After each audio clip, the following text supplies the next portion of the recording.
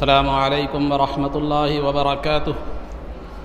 अल्हम्दुलिल्लाहि रब्बिल आलमीन वस्सलातु वस्सलामु अला सय्यिदिल अंबियाइ वल मुरसलीन व अला आलिहि व अस्हाबिहि अजमईन व मन तबिअहुम बि इहसानिन इला यौमिद्दीन। अम्मा बाद। क़ाल अल्लाहु तबारक व तआला फ़िल क़ुरआनिल मजीद वल फ़ुरक़ानिल हमीद। अऊज़ु बिल्लाहि मिनश शैतानिर रजीम। बिस्मिल्लाहिर्रहमानिर्रहीम। या अय्युहल्लज़ीना आमनुत्तक़ुल्लाह वल तंदुर नफ्सुम मा क़द्दमत लिग़द। सदक़ल्लाहुल अज़ीम। क़ाल अल्लाहु तबारक व तआला फ़ी शानि हबीबिही सल्लल्लाहु अलैहि वसल्लम। इन्नल्लाह व मलाइकतहु युसल्लूना अलन नबिय्य या अय्युहल्लज़ीना आमनू सल्लु अलैहि वसल्लिमू तस्लीमा। अल्लाहुम्मा सल्लि वसल्लिम वज़िद वबारिक अला हबीबिका सय्यिदिना व नबिय्यिना व मौलाना मुहम्मदिन व अला आलिहि व अस्हाबिहि अजमईन। अज़ीज़ान मोहतरम, यूँ तो दुनिया में मुख्तलिफ़ दीन हैं और हर दीन का उनका अपना एक अक़ीदा है, उनके अपने कुछ आमाल हैं, उनकी तहज़ीब और उनका कल्चर है और उनकी कुछ इबादात हैं और उनके कुछ त्योहार और ईदें हैं। इसी तरह दीन इस्लाम का भी एक अक़ीदा है, फिर उसकी भी इबादात हैं, उसकी भी तहज़ीब और कल्चर है और उसके भी त्योहार और ईदें हैं। जब अल्लाह रब्बुल इज़्ज़त ने ये फरमा दिया कि व रज़ीतु लकुमुल इस्लाम दीना, कि मैंने तुम्हारे लिए दीन के तौर पर दीन इस्लाम को पसंद किया है, और ये कहकर अल्लाह रब्बुल इज़्ज़त ने जहाँ ये ऐलान फरमाया कि दीन इस्लाम मेरे नज़दीक राज़ी शुदा मज़हब है, मैं उससे राज़ी हूँ और मकबूल तरीन मज़हब है, वहीं पर दूसरे मुक़ाम पर अल्लाह रब्बुल इज़्ज़त ने वमन यब्तग़ी गैरल इस्लामी दीनम फलन युक़बल मिन्ह, कि इस्लाम के अलावा जो दूसरा दीन इख्तियार करे उससे कबूल नहीं किया जाएगा और वो आखिरत में नुकसान उठाने वालों में होगा। ये कहकर अल्लाह रब्बुल इज़्ज़त ने फरमा दिया कि इस्लाम के अलावा जो भी दीन हैं अल्लाह रब्बुल इज़्ज़त वो राज़ी नहीं है उनसे, और वो दीन अल्लाह के पास मकबूलियत का दर्जा नहीं रखते। जब इस्लाम अल्लाह के पास पसंदीदा और मकबूल तरीन मज़हब है तो उसके अक़ायद, उसके आमाल, उसकी तहज़ीब, उसका कल्चर और उसकी जो है ना त्योहार भी अल्लाह रब्बुल इज़्ज़त के पास जो है ना मकबूल और पसंदीदा हैं। और जो इस्लाम को अपना लेते हैं, जो इस्लाम से वाबस्ता है, जिनको हम मुसलमान कहते हैं, उनके लिए ये ज़रूरी है कि जब उन्होंने दीन इस्लाम को इख्तियार किया है तो फिर वो उस तहज़ीब को, उस कल्चर को, उस त्योहार को इख्तियार करें, उन ईदों को इख्तियार करें जो अल्लाह रब्बुल इज़्ज़त के पास पसंदीदा और मकबूल है। लेकिन मुशाहदा शाहिद है, हम देखते हैं कि मुसलमान जो है ना, मुसलमान तो है, नाम क्या है अब्दुल्ला है, नाम क्या है अब्दुर्रहमान है, अपने आप को मुसलमान तो कहते हैं, लेकिन न अक़ायद के मामले में उनको कोई मालूमात हैं, ना जो है ना इबादात का उनके पास कोई एहतमाम है, ना उनकी तहज़ीब व कल्चर इस्लामी तहज़ीब है, ना लिबास में इस्लामी रंग नज़र आता है, ना हेयर स्टाइल में इस्लामी रंग नज़र आता है, ना तर्ज़ ज़िंदगी और लाइफ स्टाइल में इस्लामी तर्ज़ जो है ना नज़र आता है, और ना ईद व त्योहार में इस्लामी तर्ज़ नज़र आता है। यूँ तो हर दीन का कोई ना कोई त्यौहार है, उसके पीछे कोई ना कोई तारीख़ और ना कोई पस मंज़र, कोई वाक़या है, और उसका कोई ना कोई पैगाम है, उसका कोई जो है ना कोई मकसद है, सही हो या गलत हो एक अलग बात है। इसी तरह इस्लाम के भी ईदें हैं, ईद उल फित्र, ईद उल अज़हा और ईद उल मोमिनीन जुमा। तो इनका भी एक मकसद है, इनका भी एक पैगाम है। उस तरफ बात तफसील है, नहीं ले जाऊँगा। तो इनका भी एक पैगाम है और इनका भी एहतमाम है। लेकिन हम देखते हैं, ये हमारा तजुर्बा है, खा वो तहज़ीब के मामले में हो, कल्चर के मामले में हो, त्यौहार के मामले में हो, दुनिया की कोई कौम, दुनिया का कोई मज़हब का आदमी मुसलमानों की तहज़ीब और कल्चर को इख्तियार करता है, ना उनके त्यौहार को इख्तियार करता है। लेकिन आप ये देखेंगे तकरीबन मुसलमान दुनिया की तहज़ीबों को इख्तियार करते हैं और कल्चर को इख्तियार करते हैं और उनके त्यौहार को इख्तियार करते हैं। कोई गैर मुस्लिम आपकी ईद उल फित्र में नमाज़ पढ़ने के लिए ईदगाह को नहीं आएगा, आपकी ईद उल अज़हा में कुर्बानी देने के लिए नहीं आएगा। हाँ, वो जो ईद मिलाद जो प्रोग्राम होते हैं वो एक दुनियावी मफाद, एक दुनियावी मसलिहत के पेश नज़र होते हैं, लेकिन वो ईद के लिए आपके पास आने वाला नहीं है। समझे, कोई भी गैर मुस्लिम आपके पास मस्जिद को नमाज़ पढ़ने के लिए आने वाला नहीं है, जुमा के दिन आने वाला नहीं है। खैर वो आज़ाद है, वो अपने मज़हब पर अमल पैरा है। मैं मुसलमानों की कमज़ोरी बताना चाह रहा हूँ, ईमान की कमज़ोरी की। वही मुसलमान हैं जो आप जो है ना गैरुल्लाह के सामने झुकते हुए भी नज़र आएंगे, उनकी आरती लेते हुए भी नज़र आएंगे, मुशरिकाना आमाल करते हुए भी नज़र आएंगे, और दीगर जो है ना इस्लाम में जो शिर्क का दर्जा रखते हैं वैसे मामलात भी करते हुए नज़र आएंगे, थोड़े से दुनियावी फ़ायदे के लिए। और त्यौहार का तहज़ीब के मामले में देखो, कौन मुसलमान है सिवाय मदरसे और इमामों दीनी तबक़े के अलावा तहज़ीब के एतबार से, कल्चर के एतबार से न लिबास किसी मुसलमान का इस्लामी है, न चेहरा किसी मुसलमान का इस्लामी है, न किसी जो है ना हेयर स्टाइल किसी मुसलमान का इस्लामी है, न उसका तर्ज़ ज़िंदगी न कोई इस्लाम है।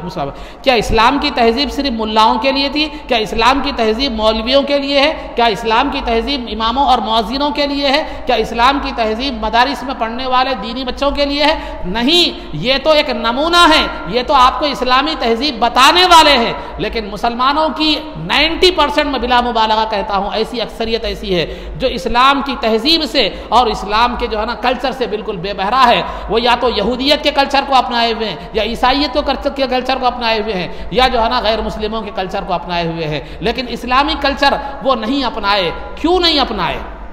उसके पीछे वजह क्या है? एक तो ये कि उन्हें इस्लाम की तालीम नहीं मिली, इस्लाम की तरबियत नहीं मिली, और इस्लाम की उनके पास कद्र और अहमियत नहीं है। तालीम और तरबियत तो इसलिए नहीं मिली क्योंकि बचपन में जो पहला मदरसा माँ की गोद था, वहाँ माँ ही वो जो है ना दुनियावी तालीम हासिल की हुई थी, ना उसे ही दीनी तालीम कुरान पढ़ने नहीं आता, वो अपनी औलाद को क्या देगी? और दीनी जब उसके बाद बच्चा स्कूल में जाएगा, वहाँ हमारे उस्मानिया सल्तनत, उस्मानी बादशाह का जो सल्तनत आसिफिया के दौर में जो आप जो पुराने बूढ़े लोग गैर मुस्लिमों को भी देखेंगे तो वो जो है ना दीनी बातें जानते थे, वो लोग जो है ना दीनी अहकामात को जानते थे, फारसी लिखना उर्दू लिखना जानते थे। मेरी एक मुलाकात आज से तकरीबन 15-20 साल पहले बशीराबाग पे एक वो था, क्या दवाखाना था, CDR कुछ नाम था वो दवाखाने का। वहाँ पर जो है ना वो एक आर्थोपेडिक डॉक्टर थे, CS रेड्डी उनका नाम था। तो वो उनके पास गया तो वो बेहतरीन अंदाज में उर्दू लिखा करते थे,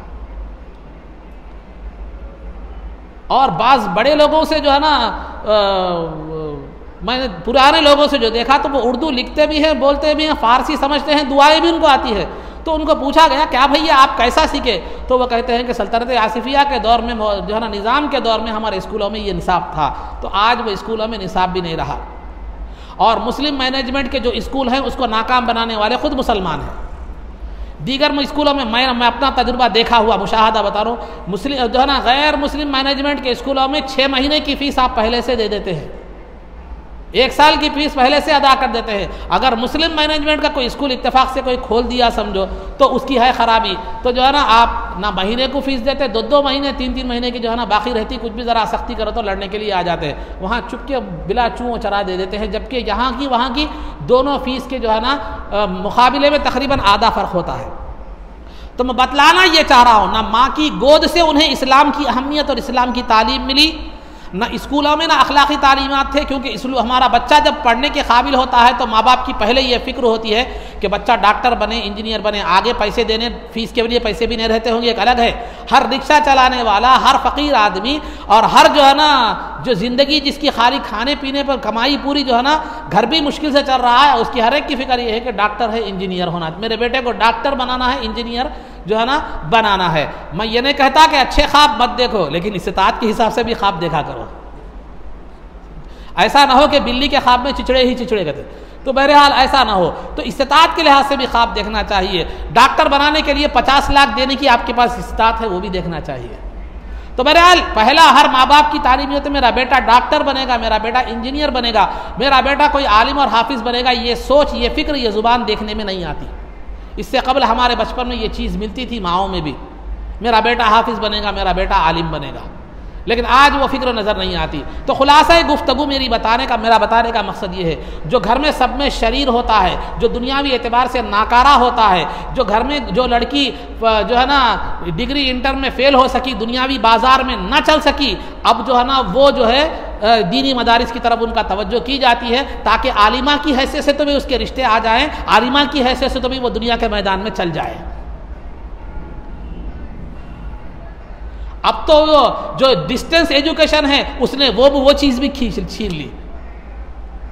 जब डिस्टेंस एजुकेशन नहीं था तो वहाँ जो है ना ख़राब ही सही, नाकारा ही सही, वो आ जाते थे दीन की लाइन में, लेकिन अब डिस्टेंस एजुकेशन की वजह से अब वो भी ख़त्म हो गया।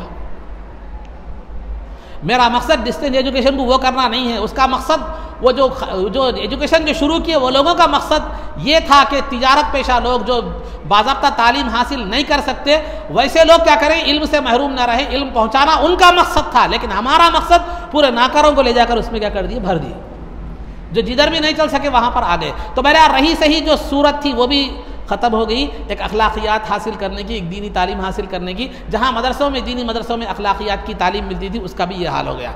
तो न माँ के गोद से बच्चे को तालीम मिली, ना स्कूल में वो तालीम मिली। हमारा अच्छे से अच्छा मदरसा कौन सा है, अच्छे से आला क्या है, ये स्कूल में बच्चों को डालना भी क्या है, माँ बाप के लिए एक पोजीशन बन गया। मेरा बच्चा फुला विद्यालय में पढ़ता है, मेरा बच्चा फुला उतने बड़े स्कूल में पढ़ता है, मेरा बच्चा फुला इतने बड़ी, ये एक पोजीशन हो गया। ये भी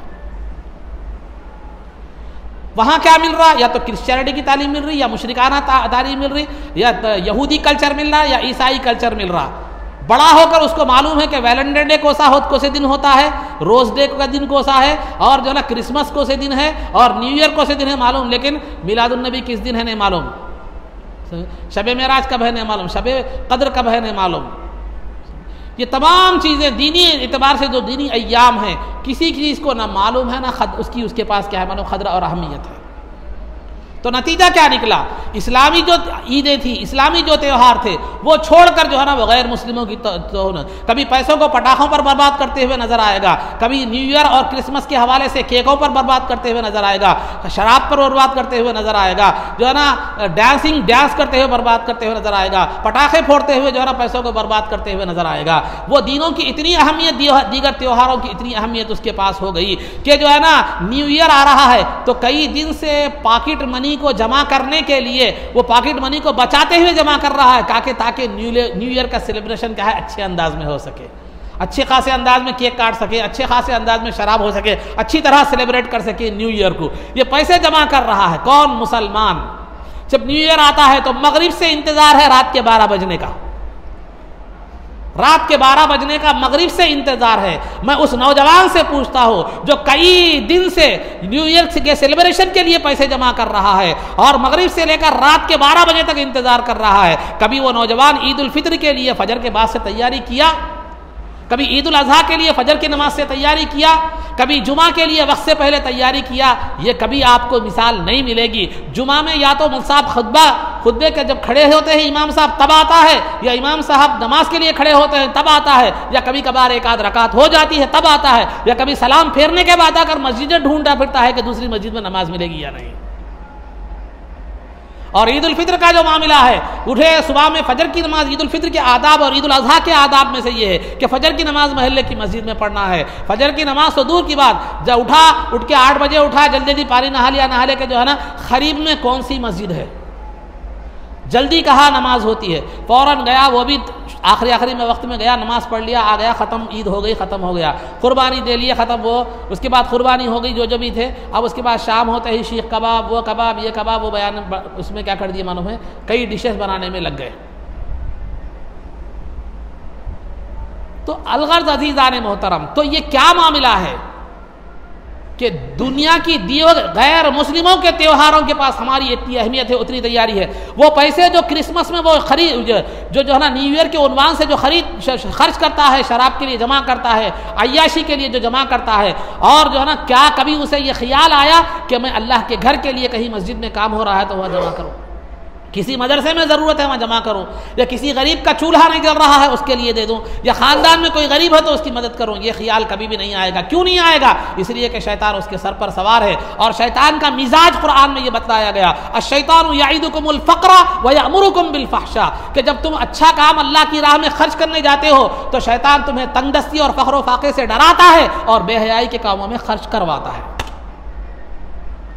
तो समझो, अगर किसी को अल्लाह की राह में खर्च करने की तौफीक मिल गई तो समझो वो अल्लाह रब्बुल इज़्ज़त की मर्जी के मुताबिक काम कर रहा है, अल्लाह के हुक्म के मुताबिक काम कर रहा है। और अगर किसी को बेहयाइयों में खर्च करने का जो है ना अगर तौफीक मिल गई तो समझो कि शैतान का वो भाई है और शैतान की जो है ना का असर उस पर मुरत्तब है और शैतान की वो पैरवी और इत्तिबा कर रहा है। फिर उसके बाद न्यू ईयर जब आता है, जूं ही 12 बजते हैं, पटाखे फोड़े जाते हैं, शराब पी जाती है, और फिर हमारे मुसलमान नौजवानों की बहादुरी तो सिर्फ गाड़ियों के हद तक रह गई। नौजवानों की बहादुरी तो गाड़ियों के हद तक रह गई। अब गाड़ियां देखो, अब वो हराना अलग, नए नए किस्म की हराना, नए नए किस्म की गाड़ियां, और कटा मार के वो जो चलाते हैं रोडों पर, जो शोर गुल वो दिखाते हैं, पूरी जवानी पूरी ताकत वो गाड़ियों में निकल जाती है। अगर खुदा ना खास्ता एक्सीडेंट अगर हो जाए और मर जाए, कई मर भी गए हैं ऐसे, एक्सीडेंट हो जाए मर जाए, तो क्या खुदा की बारगाह में जाकर यही कहेगा कि अय खुदा कम से कम सेलिब्रेट न्यू ईयर का सेलिब्रेट करने का, एक एंजॉय करने का थोड़ा मौका तो देता, इतनी जल्दी मेरी जिंदगी क्यों छीन लिया? खुदा को क्या मुंह दिखाओगे? अगर हम कहीं चोरी करते हुए पकड़े गए, या कहीं जिना करते हुए पकड़े गए, या कहीं जुर्म करते हुए पकड़े गए, अगर वो बात माँ बाप को मालूम हो जाए या जो है ना लोगों को मालूम हो जाए तो हम शर्म से पानी पानी हो जाते हैं। या अगर कोई देख ले और ये बता दे कि मैं तुम्हारा ये जुर्म तुम्हारे माँ बाप को बतलाऊंगा या वीडियो फेसबुक पर डाल दूंगा, तो हमारी शर्म, हमारी परेशानी की इंतहा होती है। हमने मखलूक से तो इतना डर रहे हैं गुनाह करते वक्त, कभी हमने ये देखा कि खुदा की बारगाह में भी शर्मिंदा होने का खौफ है, कभी खुदा से डरने का हमारे अंदर खौफ है।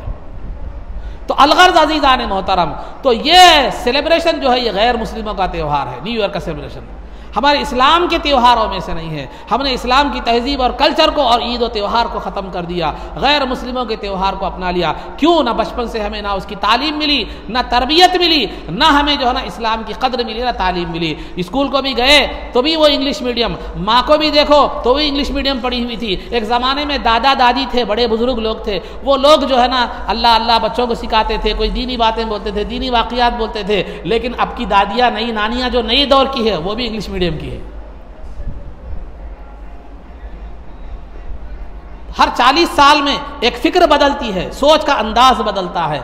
तो ये नई सदी की जो दादियाँ और नानियाँ हैं वो भी जो है ना अब वो दीन की हामिल नहीं रही। अब जो दादियाँ और नानियाँ हैं, बच्चों को दादियों और नानियों के पास जाने की फुर्सत ही नहीं है। क्यों नहीं है? सुबह उठते ही उन क्या करता है, स्कूल के लिए तैयारी शुरू हो जाती है, 7:30 बजे स्कूल के लिए निकल जाता है, आता है 5 बजे, आते ही फिर ट्यूशन के बाद मगरिब के बाद होमवर्क स्कूल से आते वक्त ही वो सो जाता है, वो रिक्शे में या जहाँ भी है वो डुलता रहता है। उसके बाद फिर आके माँ बाप उसको जो है ना ज़बरदस्ती, अम्मी जान उसको मुँह ढुला के करके ऐसा वैसा करके उसको थोड़ा बहुत चार्ज करके ट्यूशन के मुसाब, इंग्लिश ट्यूशन के मुसाब के लिए बिठा देते हैं। फिर उसके बाद इंग्लिश ट्यूशन खत्म हो जाता है, मगरिब के बाद होमवर्क के बाद जो है ना वो क्या है, इशा तक वो थक कर चूर होकर जो है ना सो जाता है। अब उसे ना दादी के पास जाने का मौका है, ना दादी नानी के पास जाने का मौका है। तो इस्लामी तालीम सीखेगा कहाँ? फिर वो जब नहीं सीखेगा तो फिर उसके बाद इस्लाम की कदर कहाँ रहेगी, इस्लाम का मुकाम कहाँ रहेगा, और फिर इस्लामी त्यौहार और उसकी अक़दार और उसकी तहजीब और कल्चर का उसके पास मुकाम क्या रहेगा।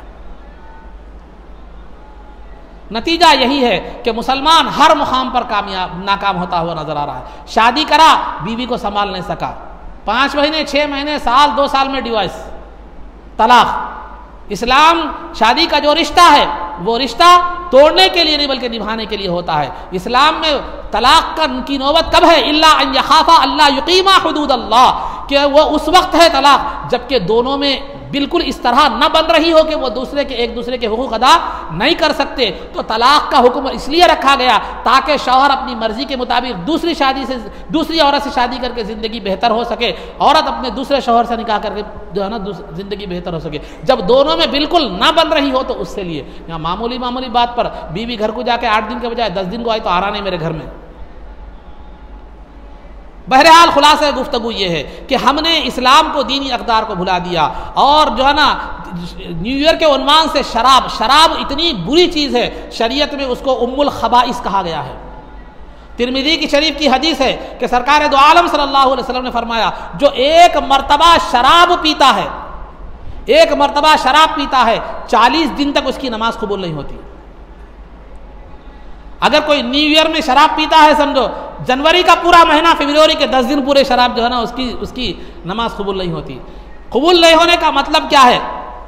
एक होता है नमाज सही होना, एक होता है नमाज कबूल होना। अगर वो नमाज पढ़ता है तो नमाज हो जाती है और जिम्मेदारी साकित हो जाती है, लेकिन कबूल नहीं होती का मतलब यह है कि उसका सवाब नहीं मिलता। तो एक मरतबा की शराब 40 दिन की नमाजों के सवाब से उसको क्या कर देती है? महरूम कर देती है। ये शराब की नहूसत है। अब उन लोगों का क्या हाल होगा जो क्या है मालूम ज़िंदगी भर पीते रहते हैं। तो शराब के और सरकार अल्लाह रब्बुल इज़्ज़त ने फरमाया कि हदीस शरीफ है तिरमिज़ी वगैरह में कि सरकार अल्लाह रब्बुल इज़्ज़त का इरशाद है कि मैं अपने बंदे को कल क़ियामत के दिन जो शराब पीता है, ज़िंदगी में जितनी शराब उसने पी है, जहन्नमियों का पिघला हुआ पीप उतनी मिक़दार में उसे पिलाऊंगा।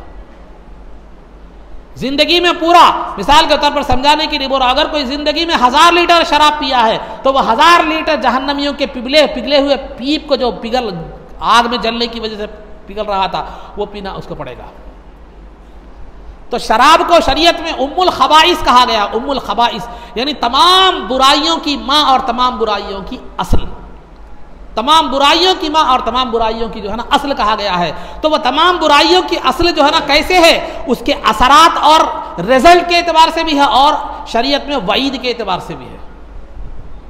शराब के असरात के एतबार से भी देखा जाए तो वह तमाम बुराइयों की जड़ है, और वईद के एतबार से भी देखा जाए, अहादीस में जो उसकी वईद है उस हिसाब से भी देखा जाए तो तमाम बुराइयों की जड़ है। पहले असरात में आपको बतलाता चलूँ कि शराब का जो असर है, पहला असर ये है कि उसकी सेहत खराब हो जाती है। एक जर्मन के डॉक्टर का बयान है कि जो आदमी शराब मुसलसल पीता है वो 40 साल में उसकी सेहत की कंडीशन 60 साल के बूढ़े की तरह होती है। फेफड़े खराब हो जाते हैं, दिल खराब हो जाता है, लीवर खराब हो जाता है, क्योंकि इंसान जो पतली चीज़ कोई चीज़ पीता या खाता है जो ग़िज़ा वाली होती है अच्छी, जैसे खाना है जो है ना, या जो है ये खाना है, रोटी है, सालन है या तरकारी या गोश्त, जो भी है खाए जाने वाली चीज़ों में, पिए जाने वाली चीज़ों में जो है ना पानी है, या जो है कोई जूस है, कोई फल का जूस है या कोई तरकारी का जूस है, जो भी है, ये चीज़ें क्या होती हैं, ये जिस्म का एक हिस्सा बनती है। और शराब एक ऐसा मशरूब और ऐसी पिए जाने वाली चीज़ है जो जिस्म का हिस्सा नहीं बनती, थोड़ी देर के लिए खून में गर्मी पैदा कर देती है, जिसकी वजह से आदमी अपने आप को बहुत बहादुर समझने लगता है, थोड़ी बहुत चुस्ती आ जाती है। उसके बाद क्या हो जाता है, वो चीज़ उसके लिए उससे ज़्यादा नुकसान पहुँचाती है और फेफड़े और आंतों को पूरे तौर पर गला देती है। तो शराब का पहला नुकसान यह है कि सेहत उसकी बिगड़ जाती है, और दूसरा नुकसान शराब का यह है कि जो है ना वो उस शराब की वजह से कई लोग हलाक भी हो जाते हैं। आए दिन पेपरों में आप पढ़ते रहते हैं कि जहरीली शराब पीने से इतने लोग मर गए बोले। तो शराब की वजह से मौत भी वाक़ई होती है। तीसरी चीज़, आदमी जलील व ख़ार हो जाता है। अगर आप फुटपाथ पर बैठना या सोना पसंद नहीं करते, लेकिन अगर शराब पीते हैं तो फुटपाथ पर सो जाते भी हैं और बैठते भी हैं, और ऐसे जलील व ख़ार काम करते हैं जिसका आपको खुद पता नहीं होता। सुबह में लोग बोले तो अरे ऐसा करा क्या, मैं गाली गलौज भी करते हैं, सब जो भी काम करना है वो शराब पीने, क्योंकि शराब को खम्र कहा जाता है शरीयत अरबी में। खम्र के मामले ढांकने वाली चीज़, यानी ये अक्ल को ढांक देती है, तमीज़ ख़त्म हो जाती है कि अच्छे और बुरे की तमीज़ ख़त्म हो जाती है। तो लिहाजा ये शराब का तीसरा ये कि इंसान को ज़लील व ख़ार कर देती है, और चौथा ये कि उसकी ज़िंदगी को जहन्नम बना देती है। क्योंकि जो शराबी है, शराबियों के घर में देखो कभी मियाँ बीवी के झगड़े, ना उनके पास खाने के लिए खाना होता है, ना पीने के लिए पीना होता पानी होता, मतलब कोई अच्छी चीज़ होती है, ना बच्चों के स्कूल की फीस होती है। फिर देखो रात दिन मियाँ बीवी के झगड़े, फिर वो झगड़ों की वजह से बच्चों पर एक बुरा असर। फिर वो बच्चे भी देखते हैं बाबा सुबह शाम पीते हैं, तो एक जगह एक साहब थे, बच्चे को भी एक ढक्कन पिलाते थे, खुद भी पीते थे, पियो सो होश में बच्चे को भी क्या करते थे, ढक्कन पिलाते थे। इन्हों भी डुल्ला उन्हें भी डुल्ला, अकेले ड्राइवर सर, कंपनी उसमें भी, समझे। तो बहरहाल तो जाहिर सी बात है नहीं भी पिलाया तो सुबह और शाम बाप को देखता हुआ अगर जो है ना देखेगा कि पी रहा है, तो फिर उन जब देखेगा बड़ा होगा तो या तो उसी रास्ते पर चलेगा, उससे वली होने की तवक्को तो आप नहीं रख सकते, इल्ला माशाअल्लाह किसी अल्लाह वाले की सोहबत मिल जाए अलग बात है। तो माँ बाप के झगड़े की वजह से बच्चों के जहन पर साइकोलॉजिकली तौर पर बच्चे बहुत मुतासिर हो जाते हैं, तो ये जिंदगियाँ ख़राब हो जाती हैं। फिर आखिरत का अजाब तो मैंने आपके सामने बतला दिया।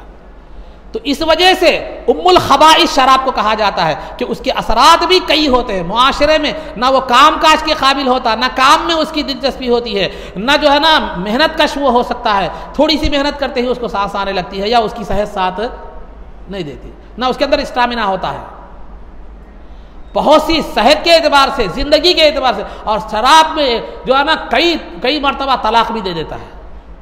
हमारे मेरे एक दोस्त है, दोस्त क्या मेरे से एक जूनियर हैं, एक आलिम लाइन के से मौलवी लाइन के, उनका एक बयान है कि उन्होंने बता रहे थे वाक़या, और ये कोई नामुमकिन भी नहीं है। एक साहब ऑटो ड्राइवर कुछ थे, उन्होंने क्या करे, पिए हुए हैं फुल, खूब पी के क्या है बीवी को तलाक बोल के 3 तलाक दे दिए। 3 तलाक देते, उन्होंने जाके बोले क्या जी अम्मा तुम्हारे शौहर तुम्हारा 3 तलाक देते, ये क्या नई बात है, और रोज पी के तुम रोजाना देते हो तलाक, या पिए से हालत में तलाक दे देते हैं, होश उतर गए बाद क्या करते हैं, आगे साहब मैं 3 तलाक दे दिया, क्या करता, निकल गए आप, तीर कमान से निकल गए बाद। तो कई तलाक़ें जो है ना शराब की नशे की हालत में वाक़ हो रही है, कई कत्ल और गारतगिरी नशे की हालत में वाक़ हो रही है।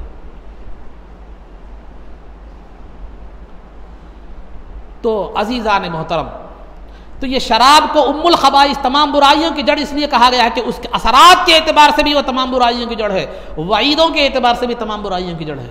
वईद के एतबार से भी उसके अंदर कई तरह की वईदें बतलाई गई हैं। चुनांचे सरकार दो आलम सल्लल्लाहु अलैहि वसल्लम का इरशाद गिरामी है, तिरमिज़ी की हदीस है कि सरकार दो आलम सल्लल्लाहु अलैहि वसल्लम ने फरमाया, जिसने शराब की कंपनी कायम की उस पर भी अल्लाह और उसके रसूल की लानत है, उसमें जो काम करते हैं शराब बनाते हैं उन पर भी अल्लाह और उसके रसूल की लानत है, जो शराब की हम्माली करता है उस पर भी अल्लाह और उसके रसूल की लानत है, और जो गाड़ी शराब लेकर, शराब से खाने से लेकर, जो कंपनी से लेकर, वो फैक्ट्री से लेकर शराब खानों तक पहुंचाती है, वो गाड़ी वाले पर भी अल्लाह और उसके रसूल की लानत है। और फिर जो दुकान वाला शराब बेचता है उस पर भी अल्लाह और उसके रसूल की लानत है, और उसकी कमाई भी हराम की कमाई है। फिर जो है ना जो खरीदता है उस पर भी अल्लाह और उसके रसूल की लानत है, जो पीता है उस पर भी अल्लाह और उसके रसूल की लानत है, वो जिसके लिए पिलाता है उसके लिए भी अल्लाह और उसके रसूल की लानत है, जिसकी तरफ से पिलाता है उसके भी अल्लाह और उसके रसूल की लानत है। आज मेरे दोस्त की शादी है, लिहाजा उसकी तरफ से मैं शराब पिला रहा हूं, उस पर भी। तो अजीज़ान मोहतरम, ये खराबी है शराब की।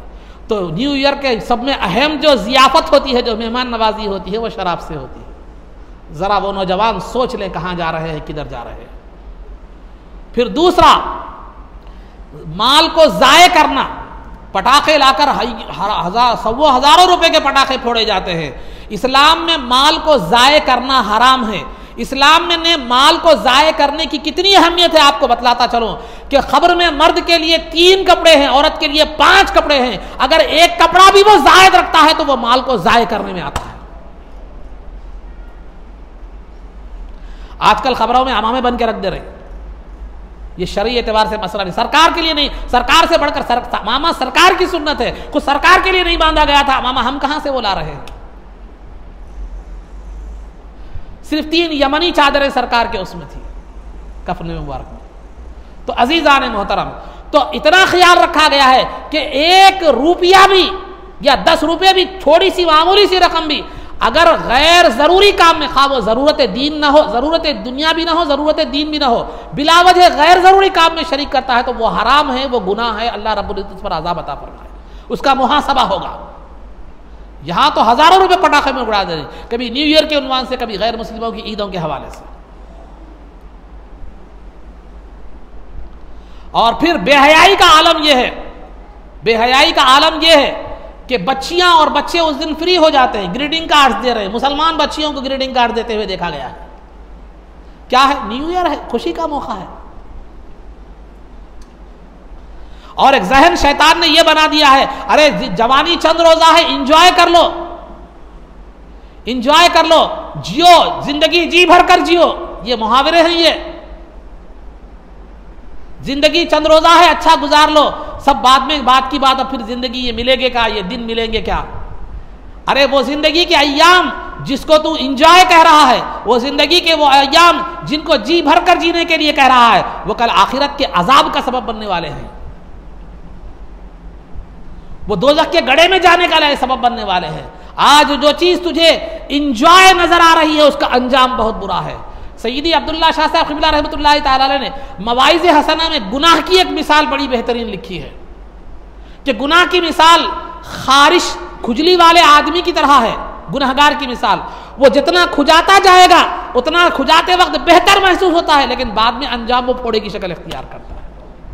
तो गुनाह भी जिस वक्त किया जाता है वो बड़ी लज्जत महसूस होती है, लेकिन उसका अंजाम बुरा होता है। तो आज ये जो इंजॉय के दिन है ना, का खबर में मालूम होंगे, हश्र में मालूम होंगे। अरे जिंदगी जी लो, ये जवानी के दिन है, जी लो, नेकियां करने के लिए तो जिंदगी बड़ी पड़ी है। अरे नादान, तुझे मालूम है कि जिंदगी आगे वफा करने वाली है। तू जो है ना 100 साल तक जीने वाला है, 80 साल तक जीने वाला है, 8 साल जो है ना वो 60 साल तक जीने वाला है। अरे जिंदगी किस लम्हे में खत्म हो जाए मालूम नहीं। सैयदना अब्दुल्लाह इब्न अब्बास, अब्दुल्लाह इब्न मसऊद रज़ी अल्लाह तआला अन्हु जलील क़द्र सहाबी रसूल हैं। वो फरमाते हैं कि अगर मेरा कोई दिन आमाल खैर के एतबार से, नेक आमाल के एतबार से पहले दिन से अगर कम गुजरे, तो मुझे मेरे लिए वो सबसे बड़ा अफसोस वाला और जो है मेरे लिए सबसे बड़ा गम वाला दिन है। वो ये कौन है बोलने वाले? सहाबी रसूल अब्दुल्लाह इब्न मसूद। वो अब्दुल्लाह इब्न मसूद जो सरकार दो आलम सल्लल्लाहु अलैहि वसल्लम के खादिम थे, और सरकार ने उनको अपने घर वालों की तरह फरमाया था, और फुक़हाए सहाबा में शुमार किए जाते हैं, हदीस की समझ रखने वाले सहाबा में शुमार किए जाते हैं। हदीस से मसाइल निकालने की सलाहियत उनके अंदर थी। तो बताना कि अब मैं इसमें आप गौर कीजिए, क्या फरमाते हैं आप? अगर कोई दिन मेरा पहले वाले दिन से अगर खराब गुजरे, कम अमाल में, नेक अमाल में कम गुजरे, तो फिर मैं जो है ना वो मेरे लिए वो दिन वबाल है, और मुझे लिए वो दिन सबसे बड़ा अफसोसनाक दिन है। तो आप जाहिर सी बात है कि अब्दुल्लाह इब्न मसूद रज़ी अल्लाह तआला अन्हु से फ़राइज़, वाजिबात, सुन्नतें तर्क करने का सवाल ही पैदा नहीं होता, बल्कि वो लोग वो थे जो मुस्तहब्बात के भी पाबंद थे, मुस्तहब्बात के भी पाबंद थे। तो अब नतीजा क्या निकला अब कि अगर मुस्तहब यानी ऐसे अमल को कहते हैं जिसके करने से सवाब है, न करने से कोई गुनाह नहीं है। तो अब्दुल्लाह इब्न मसूद रज़ी अल्लाह तआला फरमा रहे हैं कि आमाल खैर के एतबार से अगर मेरा दिन पहले वाले दिन से कम हो, तो फिर मेरे लिए वो सबसे गमज़दा दिन है, अफसोसनाक दिन है। तो जाहिर सी बात है किसी दिन ना उनके फ़राइज़, वाजिबात और सुन्नतें छूटते थे, न मुस्तहब्बात छूटते थे। तो बात का मतलब यह हुआ कि अगर मेरा आज का दिन मुस्तहब के एतबार से पहले वाले दिन से अगर कम हो, तो मेरे लिए काबिल अफसोस है। यहाँ तो फ़राइज़ निकल जा रहे हैं, फ़राइज़ निकल जा रहे हैं। हसन बसरी रहमतुल्लाहि तआला अलैह फरमाते हैं कि जो है ना इंसान की जो है ना, तुम्हारी इंसान की जिंदगी मजमुआ है दिनों का। इंसान की जिंदगी तमाम दिनों का मजमुआ है, यानी आपको 60 साल उम्र मिली तो 60 साल के जितने दिन थे उसकी जिंदगी का, आपकी जिंदगी का मजमुआ। जिंदगी नाम है अय्याम के, दिनों के मजमुए का।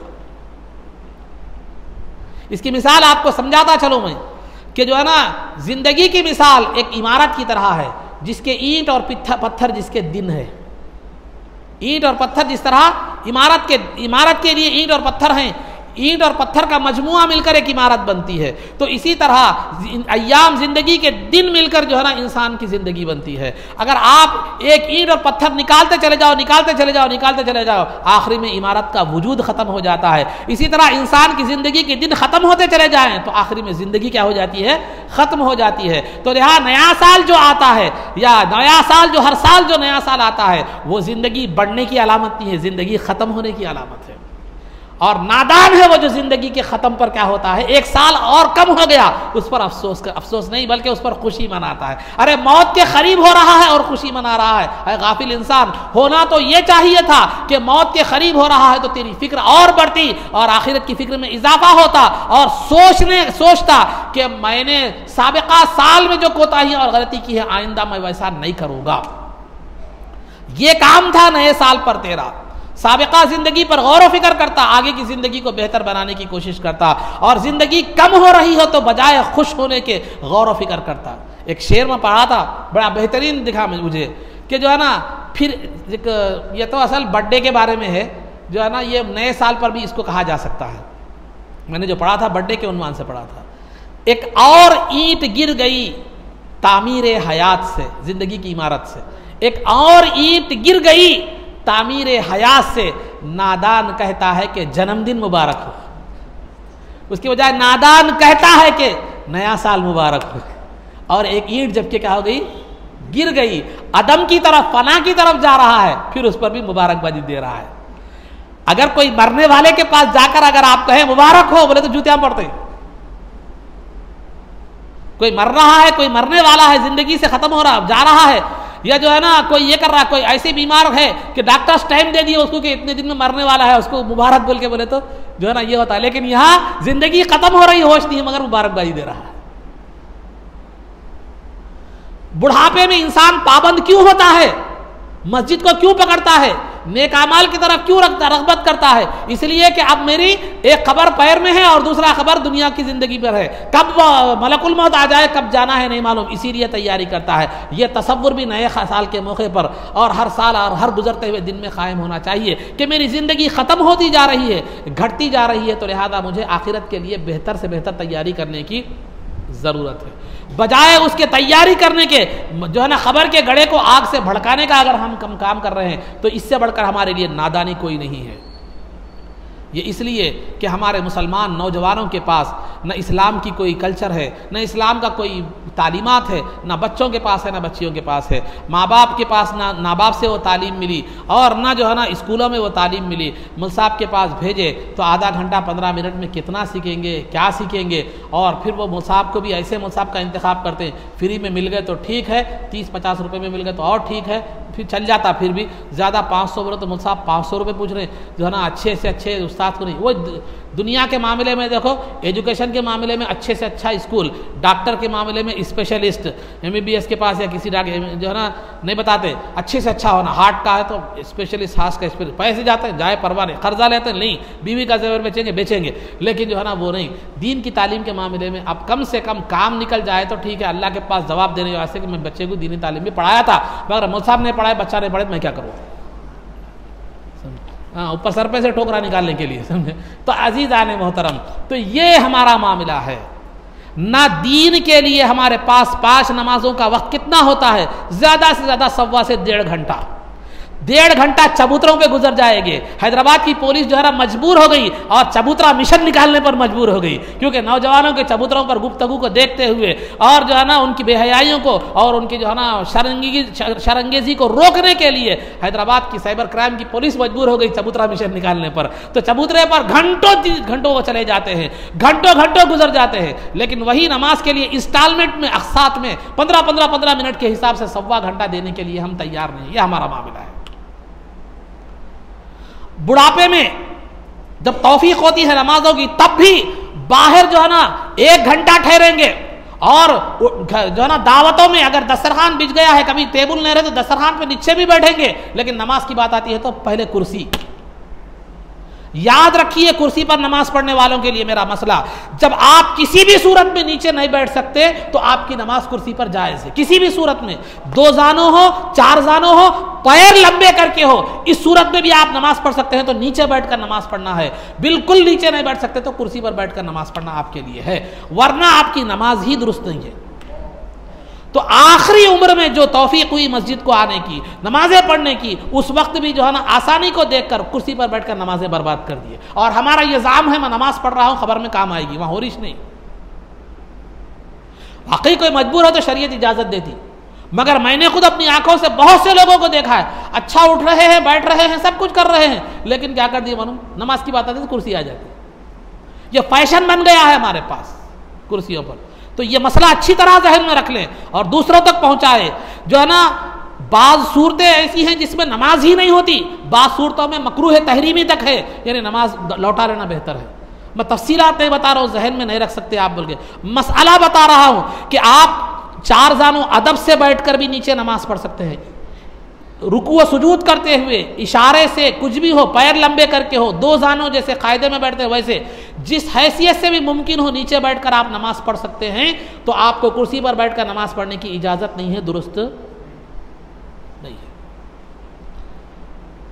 ऐसे मैं समझता हूं अगर छान कर निकाला जाए तो 50% लोग जो है, मैं एक अंदाजे से बात कर रहा हूं, 50% लोग जो कुर्सी पर बैठने वाले हैं उनकी नमाज ही दुरुस्त नहीं हो रही है। मगर हमें उसकी अहमियत नहीं है। वो बकरीद का बकरा लेने जाओ, मुंसाब कान को इतना छेद है, मुंसाब सींग इतनी टूटी हुई है, मुंसाब बकरा थोड़ा ऐसा है वैसा है, एक एक चीज तहकीक करके लेते हैं, क्योंकि वहां पैसे खर्च हो रहे ना। यहाँ कैसा भी पढ़ लो, अल्लाह देखने वाला है, अल्लाह करीम। अब वो सऊदी से एक जुमला यहाँ भी आ गया, अल्लाह करीम बोल के, पहले वो नहीं आता था, वो भी आ गया, अल्लाह करीम, सब कर लो अल्लाह करीम। उम्रे को जाने का मुझे इत्तेफाक हुआ, तो उम्रे में वहां तो हालात ऐसे हैं कि कई लोग 1-1 लाख 1.5 लाख लगाकर उम्रे को जाते हैं, जरूरी मसाइल याद नहीं, वहां जाकर कई गलतियां करते रहते हैं, कई गलतियां करते रहते हैं। मेरे प्लेन में मेरे बाजू में एक आदमी बैठा हुआ है, सर पर ओढ़ ले रहा, जो है ना, नाकू को मास्क लगा लिया, जबकि जरूरत ही नहीं है मास्क लगाने की उस वक्त, वहां पर वो कंडीशन था भी नहीं, सर मुंह को पोंछ ले रहा, और जैसा बने वैसा कर रहा, जबकि एहराम की हालत में मर्द के लिए सर और चेहरे को कपड़ा लगाना नहीं है। और हजर असवद को क्या करना है, हजर असवद में 3 चीज़ों की इजाज़त है, चूमने की, नहीं कर सके तो इशारे की या लकड़ी से भी इजाज़त है, लेकिन रुकने यमानी को हाथ लगाना है, नहीं लगा सकते तो खामोश बैठना है। आप काबतुल्लाह में जाइए, जाकर जो है ना देखिए कि बहुत से लोग रुकने यमानी के पास भी इस्तेलाम करते रहते, इशारा करते, जबकि वो नहीं है मसले के हिसाब से। और बसाओकात पब्लिक ज्यादा होती है, हुजूम ज्यादा होता है, तो तवाफ करने वाले ये समझ रहे हैं कि रुकने यमानी वहां पर है, रुकने यमानी के पास ही हजर असवद है, वहीं से तवाफ शुरू कर दे रहे हैं। तवाफ हजर असवद से शुरू करना है, चूंकि बहुत से लोग रुकनी यमानी को हाथ बता रहे हैं, तो यही हजर असवद होगा, ये कहकर लोग तवाफ वहां से शुरू कर रहे हैं और अपने तवाफ का इख्तिताम भी वहीं पर कर रहे हैं। ये कंफ्यूजन भी पैदा हो जा रहा है। और मसाइल इतने मामूली ज़रूरी मसाइल जो है ना मालूम नहीं है। बाज़ लोग जिराना एक मुकाम है, सरकार ने वहाँ पर एहलाम बांधा था, मस्जिद है, आज मस्जिद बनी हुई है, वहाँ से वो उम्रा अफजल है वहाँ पर बताते हैं लोग, तो उम्रा अफजल उम्रे की वहाँ से सरकार ने एहराम बांधा था बोलते हैं, वहाँ से सरकार ने एहराम बांधकर उम्रा किया था बोल के बोलते हैं। तो लोग क्या करते वहाँ पर, बाज़ लोग जाकर एहराम बांध के आते, होटल में आके खोल देते, वो एहराम बांधा था याद रख लिया, उम्रा कर लिया था याद नहीं रखा। एक जहनों में लोग क्या है, सिर्फ मस्जिद आयशा से जो एहराम बांधा जाता है वही उसी को उम्रा करना है, मस्जिद जिराना से जो माना जाता है उम्रा, वो उम्रा करना नहीं है, आके एहराम खोल दे के खत्म हो जाते खत्म। ऐसे भी गलतियां करने वाले हैं, तो 1.25 लाख देकर जा रहे हैं किसी मालिम दीन के पास, या किसी, आजकल तो यूट्यूब पे वीडियोस भी मौजूद हैं, पूरी तफसीलात मौजूद है, लेकिन 15 मिनट आधा घंटा निकाल कर तरीका देखने की तौफीक हमें नहीं होती। क्यों? क्योंकि इबादत के मामले में इतनी कोताही हमारे पास हो गई है, कौन तो पढ़ा ले, क्या तो भी पढ़ा ले, कर दिए खत्म, वो क्या तो भी होंगे अल्लाह करीम। क्यों? ना इबादत की अहमियत है, ना दीन की अहमियत है, ना ईमान की अहमियत है, हर चीज़ ऐसी गुजरी। फिर हमारा जो है ना शिकायत है कि हम जो है ना हम मजलूम हैं, हमें सताया जा रहा है, हमें मारा जा रहा है, हमें कत्ल किया जा रहा है, हमें तंग किया जा रहा है। फिर नहीं होगा। फिर जब तुम अल्लाह से दूर होकर दुनिया की तरफ हो गए और दुश्मनाने खुदा के जो है ना खदमों में तुम पड़ गए, तो फिर वहां फिर अल्लाह की मदद की उम्मीद कैसे रख सकते हो तुम? उसके दर से, उसकी ज़ात से वाबस्ता रहे तो फिर तुम्हें इख्तिदार भी मिलेगा, गलबा भी मिलेगा और करम नवाजी भी होगी। उससे दूर हो गए ना, उसके अहकामात का, उसके दीन की कदर है ना अहकामात की कदर है, और जो है ना दुनिया की, जो है ना दुनिया वालों की, और जो है ना दुनिया के दुश्मनाने खुदा की जो है ना जी हुजूर में और उनके तलवे चाटने में जो है ना हमारे पास फुर्सत नहीं रही। और मुशरिकाना अमाल दूसरों को राज़ी करने के लिए, मुशरिकों को राज़ी करने के लिए मुशरिकाना अमल हम कर रहे हैं। भाईचारगी के उन्मान से पहले, सबसे पहले जो चीज़ हमारी कुर्बान होती है वह हमारा दीन है। इस्लाम में भाईचारगी को मना नहीं किया गया। जब वतन में रहते हैं तो एक साथ, जब मुख्तलिफ कौम रहते हैं तो मिलकर रहे, इंसानियत के लिहाज से, हमदर्दी के लिहाज से वो हुक्म दिया गया। लेकिन इबादत और दीगर इस्लामी मामलात में अब शरीयत के हुदूद में रहना है। लेकिन सबसे पहले हम जो कुर्बान करते हैं ईमान को ही कुर्बान करते हैं। मैंने परसों फेसबुक पर एक जो है ना वो देखी कि एक जो है ना पोस्ट, 2 पोस्ट देखे मुझमें, उसमें एक बहुत पसंद आया, बहुत अफसोस हुआ। आखिरी बात मैं आपके सामने रख रहा हूँ। एक पोस्ट तो ये है जो था कि एक छोटा सा बच्चा, आप लोगों ने देखा होगा, एक छोटा सा बच्चा है, वो सांता क्लॉज नामी जो एक ज़ईफ शख्स को बतलाया जाता है, तो सांता क्लॉज को जो है ना वो जो है ना ये किया, वो बच्चा क्या किया, सांता क्लॉज को के गोद में आकर कह रहा है, पूछ रहा है, where are you in Bible, where are you in Bible. समझ गए होंगे आप लोग, मेरे से ज़्यादा जाते हैं आप लोग इंग्लिश, समझे। हाँ, तो ये बड़ा अच्छा दिखा मुझे। और दूसरा ये है कि मुसलमान औरत पर्दे में है और वो बच्चे को, अपने बच्चे को क्या है मालूम है, सांता क्लॉज बनाकर ला रही है। बसा औकात दीगर मुशरिकाना तर्स के जो है ना हमारे पास बताते हैं, मैं इशारा बता रहा हूँ आपको, दीगर जो है ना मजहब के देवी देवताओं का शक्ल अख्तियार करते हैं, ये इस्लाम में दुरुस्त नहीं है। हम इस्लाम पर रहते हुए जो गैर मुस्लिम हैं उनके साथ इंसानियत का सलूक करना चाहिए। इस्लामी हुदूद, अकायद और ईमान को अपनाते हुए वो बतौर इंसान उनके साथ हमदर्दी और उनको जुल्म से रोकना, और अगर वो भूखा है तो खाना खिलाना, नंगा है तो कपड़े पहनाना, मजलूम आपकी मदद तलब कर रहा है तो जुल्म उसकी मदद करना, ये बतौर इंसान के अपने वतन के बरादरान वतन के साथ हुस्न सलूक होना चाहिए। ईमान को कुर्बान करने की शरीयत में इजाज़त नहीं है। तो हम जो भाईचारगी के उन्मान से जो भी तकरीबें करती हैं वो हमारा दूसरों से ताल्लुक़ बतौर इंसान और हमदर्दी के होना चाहिए। मज़हब और मुशरिकाना आमाल हमें करने की ज़रूरत नहीं है, क्योंकि इस्लाम के हुदूद में रहकर, इस्लाम चूँकि दुनिया की हर कौम के लिए इस्लाम का मज़हब है, तो इस्लाम की तालीमात में दुनिया की हर कौम के लिए हमदर्दी और भलाई मौजूद है। तो उन हुदूद को पहले जानना ज़रूरी है और उन हुदूद के हिसाब से अपनी ज़िंदगी गुजारना ज़रूरी है। तो अजीज़ान मोहतरम, ये हमारे पास पहले ईमान कुर्बान कर देते, दूसरों को राज़ी करने के लिए मुशरिकाना आमाल कर देते, थोड़े से दुनिया के मफाद के लिए दीन इस्लाम के ख़िलाफ़ हरकतें हम करते हैं। तो अजीज़ान मोहतरम, खुलासा गुफ्तगू ये है, हमारा ये अलमिया है, हमारी ये कोशिश है, न दीन का अहतमाम है, न इबादत का अहतमाम है, न उसकी कद्र है, न उसका कोई मामला है। तो फिर हम ये सुर्खरुई की दुनिया में उम्मीद कैसे रख सकते हैं? सुर्खरुई की दुनिया में उम्मीद हम कैसे रख सकते हैं? जूतियाँ पड़ रहे बराबर है, कत्ल हो रहा है बराबर है, जुल्म हो रहा है बराबर है। क्यों? हमारे अमाल वैसे हैं, हमारे अमाल वैसे हैं। तो लिहाजा हमें शिकायत करने की अल्लाह की बारगाह में कोई हमारे पास हक़ नहीं है। अल्लाह की बारगाह में हम ये नहीं कह सकते कि ऐ परवरदिगार, हम तेरे मानने वाले हैं, तू हम पर ये हालात तंग क्यों कर दिया। तो खुदा की बारगाह से जवाब आएगा, तूने ज़ुबान से तो माना है, लेकिन तेरी ज़िंदगी ज़रा देख ले कि तेरी ज़ुबान के मुवाफ़िक़ है भी या नहीं है। तो अज़ीज़ान मोहतरम, हमें ज़िंदगी के हर मरहले में एक बेहतरीन मुसलमान बनना है, और बेहतरीन मुसलमान ख़ुद इस्लाम और मुसलमानों के लिए भी बेहतर होता है, दुनिया की हर कौम और हर मज़हब और हर आदमी इंसानियत के लिए क्या होना है, बेहतर होता है। तो आप हमें नौजवानों से मेरी गुजारिश है, ये जो इस तरह के अंग्रेज़ी कल्चर है, ईसाइयों के कल्चर है, यहूदियों के कल्चर है, मुशरिकाना कल्चर है, इनको छोड़ दीजिए, इनको तर्क कर दीजिए। आप मुसलमान हैं, आपके पास दुनिया का मुकम्मल तरीन दीन है, पसंदीदा दीन है, और दुनिया के दीगर दीन वाले ये गारंटी नहीं दे सकते कि उनका दीन मकबूल है, लेकिन इस्लाम ये गारंटी दे सकता है कि ये इस्लाम का दीन अल्लाह की बात जो है ना मकबूल है। व रज़ीतु लकुमुल इस्लाम दीना, और अल्लाह ताला फरमाता है मैं दीन इस्लाम से राजी हूं, मेरे पास मकबूल दीन है। लेकिन फिर उसके बावजूद भी एक चीज गारंटी के तौर पर जो है ना आपको बतलाई जा रही है कि यह मकबूल है, तो फिर उसकी तरफ हम क्यों नहीं करते, कोशिश क्यों नहीं करते? उसकी वजह एक तो अहमियत नहीं है हमारे पास उसकी, दूसरा शयातीन की सोहबत। शयातीन दो तरह के होते हैं, एक जिन्नात में से शयातीन है जिसको हम औज़ुबिल्लाहि मिनश शैतानिर रजीम पढ़ते हैं, और दूसरा इंसानों में भी दोस्तों की शक्ल में होते हैं शयातीन। दाढ़ी छोड़े तो बोलता अरे पूरा बुड्ढा दिख रहा, ले काट ले, बोलता नमाज को जा रहा, चल रहे बहुत नमाजी बना, चला जाएंगे बोलता। ये समझो ये तुम्हारा दोस्त नहीं है, ये शैतान है, इंसान नुमा शैतान। मैं अपनी बात नहीं बोल रहा, कुरान कहता है शयातीन अल इंसी वल जिन, शयातीन सिर्फ जिन्नात में नहीं होते जिसको हम औज़ुबिल्लाहि मिनश शैतानिर रजीम पढ़ते हैं, बल्कि शयातीन इंसानों में भी होते हैं। शयातीन इंसानों में भी होते हैं, और वो शयातीन होते हैं जो दोस्तों की शक्ल में, जो है ना हमसायों की शक्ल में, और जो आपको गलत चीज़ की तरफ ले जाते हैं। समझो ये इंसान नुमा शैतान है। पहचानना आसान तरीका है। जो आपको खिलाफ शरीयत चीज़ की तरफ ले जाता है, गलत चीज़ की तरफ ले जाता है, तो समझो ये शैतान है। जैसा औज़ुबिल्लाहि मिनश शैतानिर रजीम पढ़ते हैं, इससे भी वैसे बोल के आहिस्ता क्या है आप किनारा कशी इख्तियार कर लेना चाहिए, वरना फिर इसका अंजाम बुरा हो सकता है। तो खुलासा गुफ्तगू ये है कि खा वो गैर मुस्लिमों के त्यौहार हो, या वो डे ये डे, वैलेंटाइन डे वो डे ये डे, ये जो है ना ये सब डे हमारे पास इस्लाम में नहीं। हर दिन हमारा डे है।